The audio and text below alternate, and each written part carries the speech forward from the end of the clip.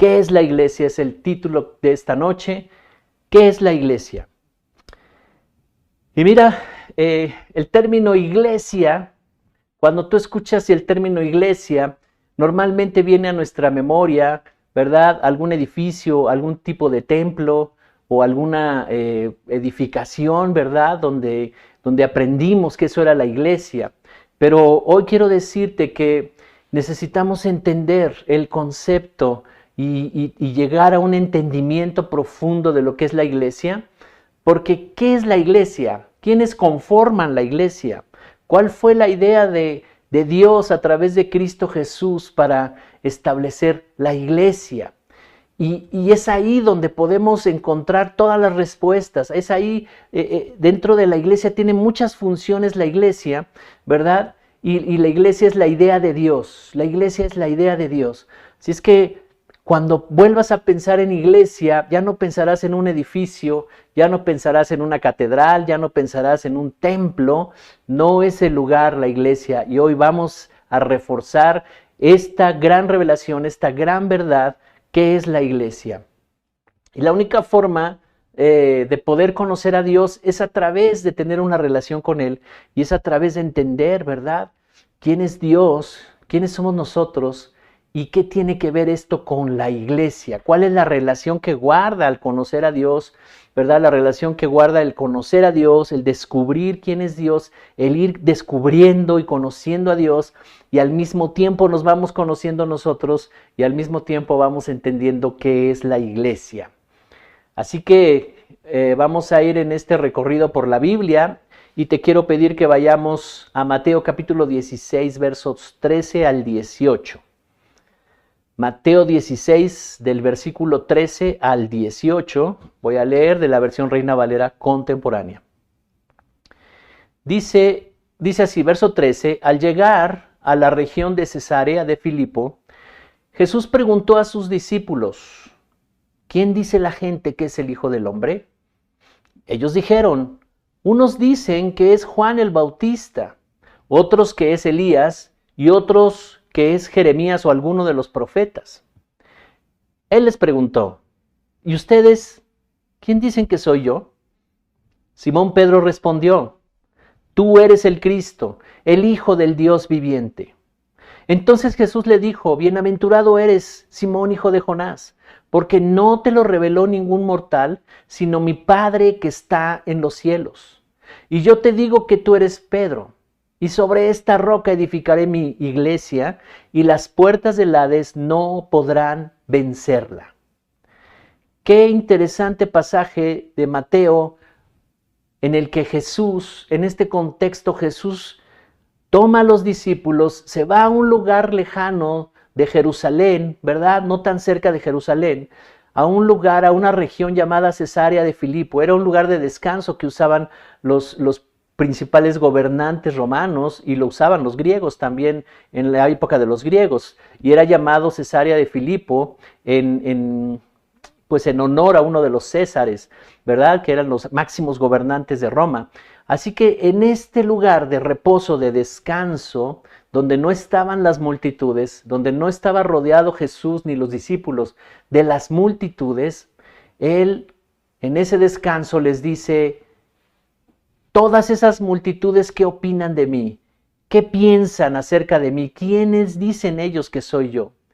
Y entonces los discípulos habían escuchado muchos comentarios acerca de Jesús.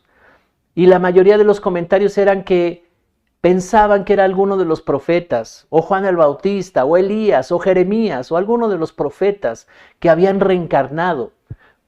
Había una mezcla de pensamientos en ese tiempo, y uno de los grupos llamados los saduceos eran muy influyentes en ese tiempo, porque influían mucho en el gobierno, y ellos establecían su manera de pensar, y una de las formas que ellos tenían de pensar es que había reencarnación. Entonces ellos pensaban así, pensaban que alguno de los profetas había venido otra vez y nacido en Jesús, pero ese era un concepto completamente equivocado. Solo lo veían a distancia, estaban lejos de él y no podían tener una idea clara de quién era Jesús, no lo podían reconocer. Lo veían hacer milagros, lo veían hablar de una manera con autoridad, que traspasaba sus corazones y sus mentes, y decían: ¿con qué autoridad habla este hombre? ¿Qué sabiduría hay en este hombre? ¿Cómo es que habla estas palabras? Y no se explicaban cómo ni por qué, pero no le podían reconocer como el enviado de Dios, no le podían reconocer como el que había venido del cielo, como el que había venido, esas profecías que se estaban cumpliendo, ¿verdad?, en el Mesías Salvador. No le reconocían así, solamente como alguno de los profetas. Así que Jesús escucha con atención esta respuesta y luego les pregunta: ¿y ustedes? Les dice a los discípulos: ¿quién dicen que soy yo? Y Pedro responde: tú eres el Cristo, el Hijo del Dios viviente. Entonces en ese momento se impacta Jesús y dice: wow, no me cabe duda que eso te lo reveló mi Padre que está en los cielos. Pedro, eres bienaventurado porque acabas de recibir la revelación, el propósito de las escrituras antiguas, el propósito de toda la ley, los profetas y los salmos, el propósito de lo que hablaban ellos acerca de la salvación, acerca de que enviaría al Mesías para salvar, ¿verdad? Y entonces le dice: eso te lo reveló mi Padre que está en los cielos. Y luego le dice: yo te digo que tú eres Pedro, y sobre esta roca edificaré mi iglesia. El que edifica la iglesia es Jesús. Mi iglesia, el fundamento de la iglesia es Jesús. Y dice aquí algo bien interesante: tú ahora eres Pedro, y sobre esta roca edificaré mi iglesia. ¿Cuál es el fundamento de la iglesia? La revelación, el entendimiento del Cristo, el Hijo del Dios viviente. Así que todos los que habían visto a Jesús y lo seguían, las multitudes, lo seguían por los milagros, lo seguían por las señales, lo seguían por los beneficios que ellos obtenían de ser sanados o de sanar a algún familiar. Y eso está bien, Jesús quería hacerlo, y hoy en día Jesús quiere seguir sanando. Pero el mensaje aquí es que Jesús les está diciendo a sus discípulos: hey, pero ustedes, ¿qué piensan de mí? Porque ustedes han estado cerca de mí. Ustedes me han conocido más que toda esa multitud. Ustedes saben muchas cosas que la multitud no sabe de mí. Ustedes han estado caminando conmigo muy de cerca. Y entonces es ahí donde Dios le permite ver, abre los ojos del entendimiento profundo en Pedro, y le revela. Revelación quiere decir que te muestra lo que no podías ver con tus sentidos naturales, lo que era imposible que tú pudieras pensar con tus pensamientos naturales humanos. Era imposible que Pedro hubiera pensado así. Él es el Cristo, el Hijo del Dios viviente. Si tú conoces a Jesús cercanamente, ¿verdad?, tendrás conceptos correctos de Él. Pero si no lo conoces cercanamente, entonces habrá error. Habrá error en la forma en que veamos a Jesús. Pero nosotros estamos llamados a conocerlo cercanamente, a tener una relación profunda con Él. La función del Espíritu Santo, Jesús mismo dijo: Él les va a mostrar quién soy yo, les va a revelar todo lo mío, se los hará saber. Así que Dios le da la revelación a Pedro de quién es verdaderamente Jesús. Jesús, el humano que ellos veían, ese hombre que ellos veían y que seguían porque Dios hablaba a través de él y porque él estaba manifestando el reino de Dios, milagros y señales poderosas. Ahora ellos comienzan a tener una perspectiva y una imagen diferente de Jesús. Ya no solo es Jesús el que hace los milagros y el que predica cosas poderosas, impresionantes. Ahora lo están viendo como el Cristo, el Hijo del Dios viviente. Y la palabra Cristo, y esto es muy importante, significa el ungido por el Espíritu Santo, el que viene a liberar, a sanar, a salvar. Qué bueno que Él es el Cristo, qué bueno que se le revela a Pedro y nos deja en la Escritura esta revelación para entender que el fundamento de la iglesia es el Cristo, el Hijo del Dios viviente, el que tiene el poder del cielo, el que tiene el poder del Espíritu Santo para lograr lo que no podíamos lograr con nuestros esfuerzos naturales. Él no podía ir a la cruz del Calvario si no era justo, si no era santo y si no era el Cristo, el Hijo del Dios Dios viviente, porque entonces el poder del Espíritu Santo lo iba a llevar en todo ese proceso y rescatarlo de la muerte para resucitar al tercer día y establecer para todas las generaciones la salvación, la sanidad y meternos a la eternidad con Dios a todo el que crea, a todo el que le reciba. Él es el Cristo, el Hijo del Dios viviente. Ese es el fundamento. No tenemos otro fundamento más. No se trata de otras filosofías y de otras formas para tratar de llegar a Dios. La única manera de llegar a Dios es a través de Cristo Jesús. Él tomó nuestros pecados, Dios puso los pecados y las enfermedades en Jesús, porque Él es el Cristo, el que tiene el poder del Espíritu Santo. Y entonces toma todo el pecado del mundo, las enfermedades, todo el dolor, y nos da eterna salvación, lo pone en Jesús, se va a la cruz, Él padece en nuestro lugar, va a la tumba y resucita el tercer día. ¿No es maravilloso? Esa revelación es la que recibe Pedro. Eres el Cristo, el Hijo del Dios viviente. Así que la iglesia está fundamentada en esta revelación, que viene como resultado entender el perdón de nuestros pecados y los beneficios de vivir sin el pasado, sin estar atados al pasado. Así que Él es el ungido con el poder del Espíritu Santo que viene a librar, que viene a sanar, que viene a salvar. Jesús, el Cristo. Maravilloso, precioso. Y entonces Él dice, ese será el fundamento. Yo edificaré mi iglesia. ¿Quién es el que edifica? El Cristo, Jesús. Ahora, un poquito antes de que te explique más qué es la iglesia, veamos qué está sucediendo. En el momento en que recibe la revelación, Pedro, es Simón en ese momento, su nombre era Simón, su nombre original, él recibe la revelación del Cristo y entonces Jesús le cambia el nombre. Porque cuando es revelado el Cristo a tu vida, cuando es revelada la salvación, cuando entendemos el perdón de nuestros pecados, que ya estamos justificados, cuando entendemos que podemos nacer de nuevo a una nueva naturaleza y que la justicia de Dios se cumple en nosotros, entonces tu identidad cambia. Sabes, el nombre en la antigüedad tenía mucha importancia, porque definía la identidad y el destino de la persona. Así es que los padres necesitaban estar muy entendidos para nombrar a sus hijos, porque ese nombre iba a definir el destino de las personas, de su hijo. Así es que Simón recibe ese nombre y Simón significa una vara frágil, el que se quiebra con el viento, ¿verdad? Entonces toda clase de cosas podían afectar a Simón. Esa era su vida. Pero cuando él recibe la revelación del Cristo, ahora ya no es frágil, ahora ya no se quiebra, ahora ya no es un débil, ahora ya no cualquier cosa lo debilita, sino que ahora es una roca. Le dice, tú eres Pedro, del griego Petra, que es una base de piedra, ¿verdad? O una roca utilizada como cimiento para construir. Ese es el nombre que le da Jesús, le cambia el nombre totalmente. Cuando tú tienes la revelación del Cristo, entonces tu destino es revelado, porque en Jesús nuestro destino fue manifestado. Maravilloso. Ya nuestro destino no va a ser maldición, nuestro destino ya no va a ser pobreza, nuestro destino ya no va a ser enfermedad, nuestro destino ya no va a ser dolor. Se cambian todas esas cosas al tener la revelación del Hijo del Dios viviente, el Cristo. ¿No es impresionante? Así es que lo que tú percibes de Cristo, lo que tú entiendes de Cristo, lo que te es revelado acerca de Cristo, lo que tú crees acerca de Cristo, será tu cimiento para construir el futuro.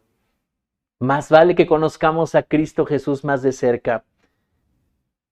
El término iglesia, cuando Jesús está diciendo, en esta revelación voy a edificar a mi iglesia, el término que utiliza Jesús aquí era un término usado en las altas esferas de los gobiernos de Grecia y de Roma.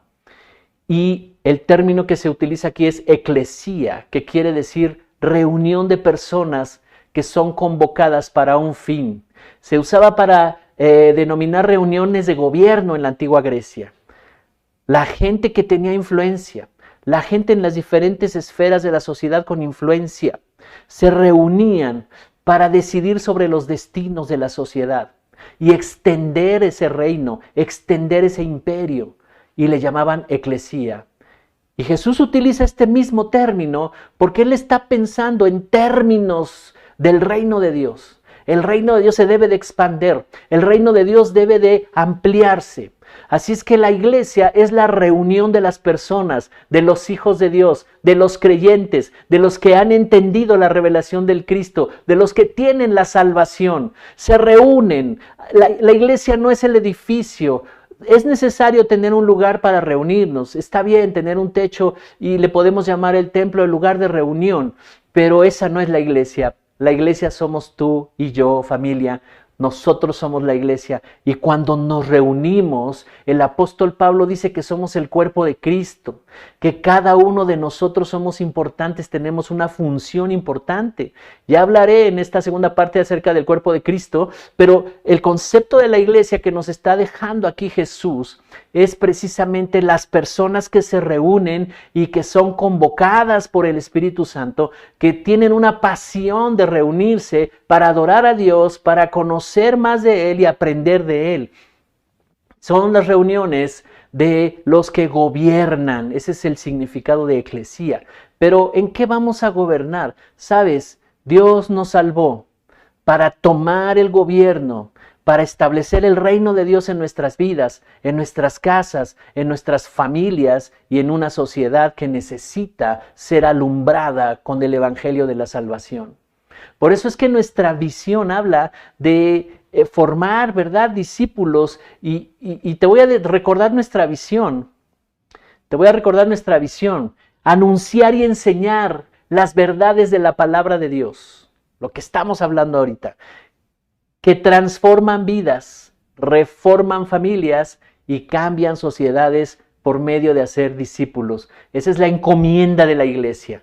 Anunciarles y enseñarles, ¿verdad? Y entonces nuestra misión será formar discípulos que sean de inspiración y de influencia para que el reino de Dios se establezca en las personas y ellos puedan formar a otros. Esa es la esencia de la iglesia, la reunión de las personas, y esas personas serán formadas como discípulos.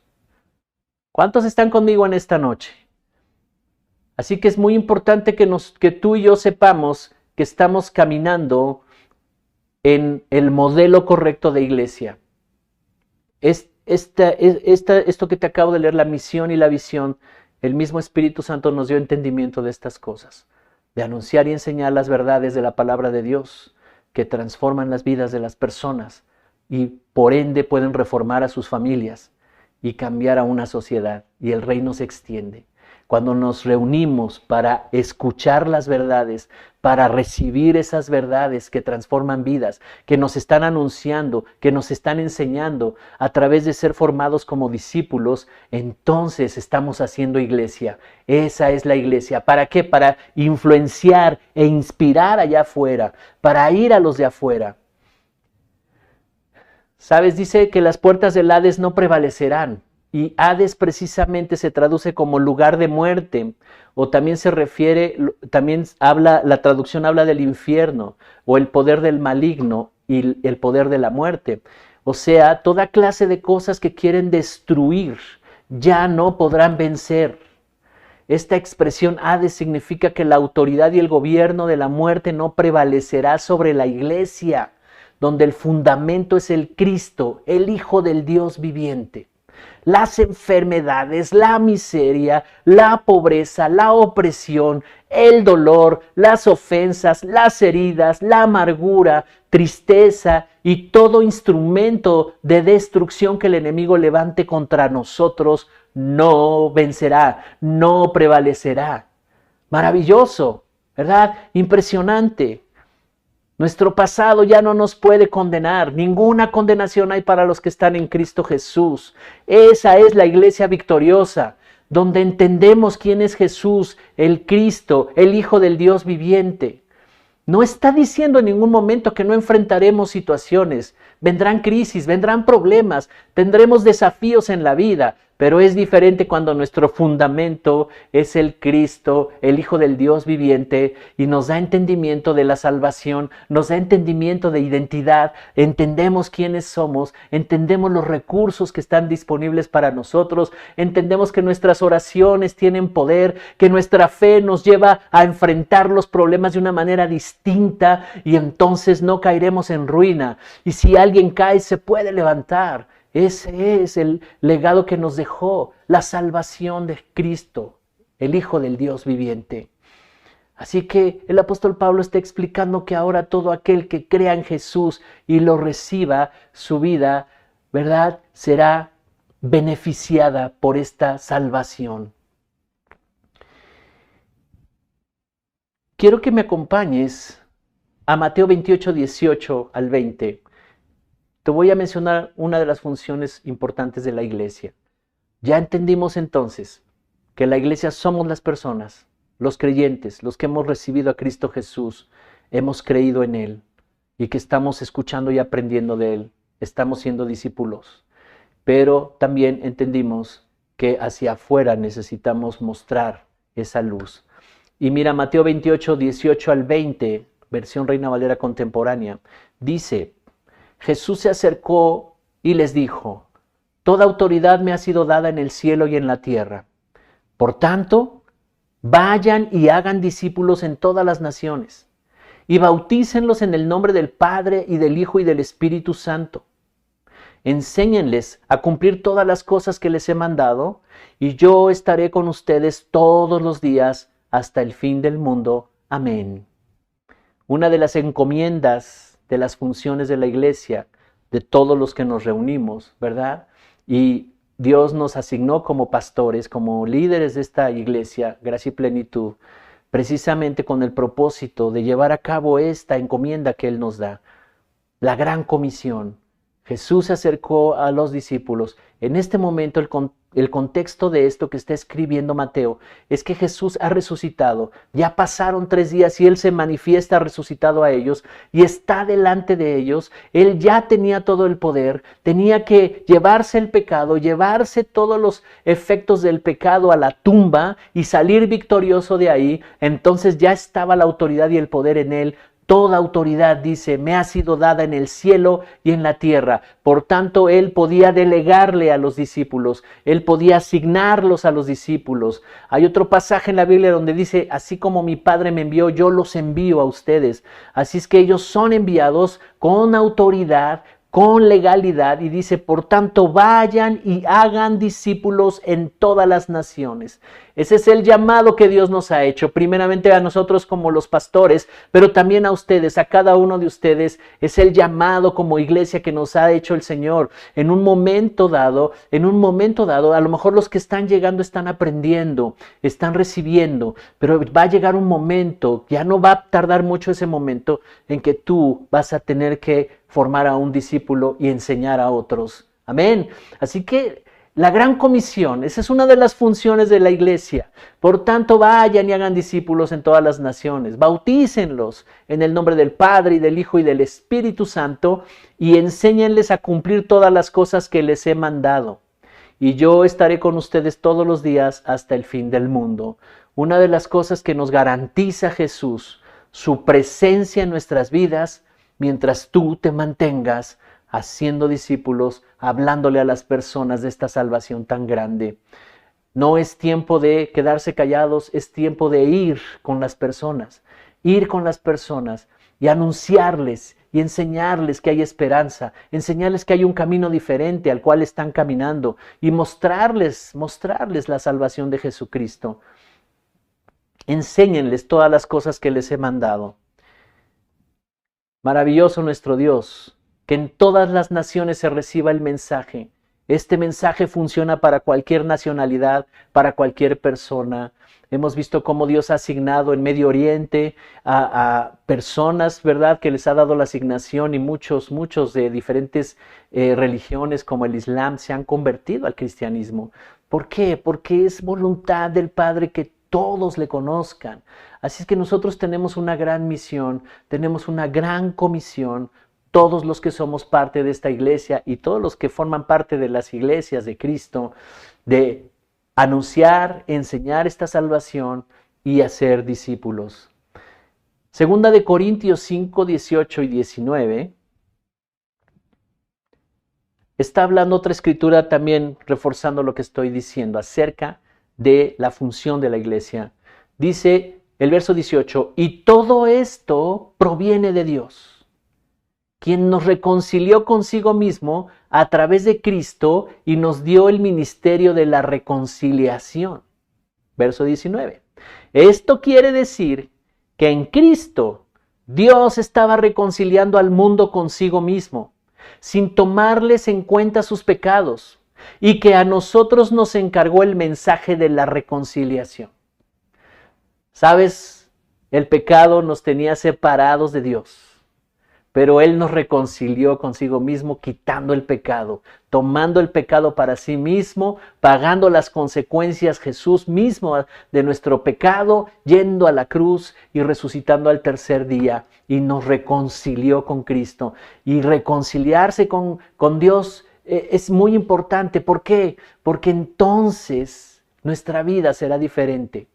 Hemos aprendido a vivir bajo el entendimiento de que estamos reconciliados con Dios, que nuestro pasado ya no nos puede atormentar más, que las cosas que tengamos que enfrentar, Dios está con nosotros, que cualquier clase de situaciones, nuestra fe nos lleva adelante y que podemos avanzar y entender que hemos sido reconciliados con Dios. Pero sabes, todas estas bendiciones que vivimos, también queremos que otros, nuestras familias y las personas cercanas también las vivan, y nuestra oración también es que ellos puedan reconciliarse con Dios. Nos encargó el mensaje de la reconciliación. ¿Cuántos dicen amén en esta noche? Así es que reconciliarnos con Dios y llevar a otros a reconciliarse con Dios, esa es otra de las funciones de la iglesia. Somos una influencia, somos inspiración para que conozcan de cerca a Dios por medio de Cristo Jesús. Efesios 4:11 nos dice otra función de la iglesia. Efesios 4:11 y 12. La versión que voy a leer es lenguaje actual, traducción lenguaje actual. Dice, Él fue quien les dio a unos la capacidad de ser apóstoles, a otros la de ser profetas, a otros la de ser evangelistas y a otros la de ser pastores y maestros. Verso 12, hizo esto para que todos los que formamos la iglesia, que es su cuerpo, estemos capacitados para servir y dar instrucción a los creyentes. Así que esta es otra función de la iglesia, y dentro de la iglesia, ¿verdad? Lo que formamos todos nosotros, Él les dio capacidades a ciertas personas y los llamó a hombres y mujeres para hacer funciones de apóstoles, de profetas, de evangelistas, de pastores y maestros. ¿Cuál es el propósito de esto? Que ellos recibieran el entendimiento y la revelación para que pudieran enseñar a la iglesia. Dice, hizo esto para que todos los que formamos la iglesia, que es su cuerpo, estemos capacitados para servir y dar instrucción a los creyentes. Así que el apóstol Pablo nos está dando una explicación maravillosa, una revelación maravillosa acerca de también una función de la iglesia. Te das cuenta que no es solo para ir a sentarnos y recibir. Cuando estamos comenzando nuestro caminar en Cristo, cuando empezamos a ser cristianos, empezamos apenas a conocer, está bien, no faltes ninguna reunión, es importante que crezcas rápidamente, pero va a llegar un momento en que vas a descubrir que tú vas a ser influencia y vas a ser de inspiración para los que te rodean y estarás enseñando a otros. Serás capacitado, serás entrenado, serás formado como discípulo para que tú puedas enseñar a otros. Tu vida misma va a inspirar a otros porque aplicarás todo el entendimiento, toda la revelación y los principios que se te serán enseñados, los aplicarás a tu vida. Tu vida comenzará a funcionar de una manera diferente y todos los que te rodean y te conozcan van a decir, oh, en verdad veo que estás cambiando, en verdad veo que Dios está haciendo cosas contigo. Entonces eso te dará autoridad y te dará a ti esa apertura para que tú puedas enseñar a otros. hizo esto para que todos los que formamos la iglesia, que es su cuerpo, estemos capacitados.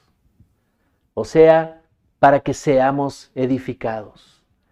Las principales funciones de la iglesia es precisamente esa, que seamos formados como discípulos, pero que también enseñemos a otros. Así que cuando nos reunimos, la iglesia somos nosotros.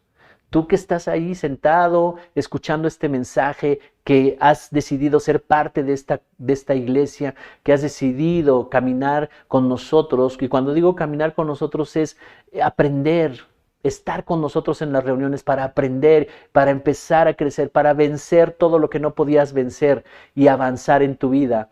Así que Dios nos está diciendo, ustedes son mi iglesia amada, yo la compré con la sangre de mi Hijo Jesús.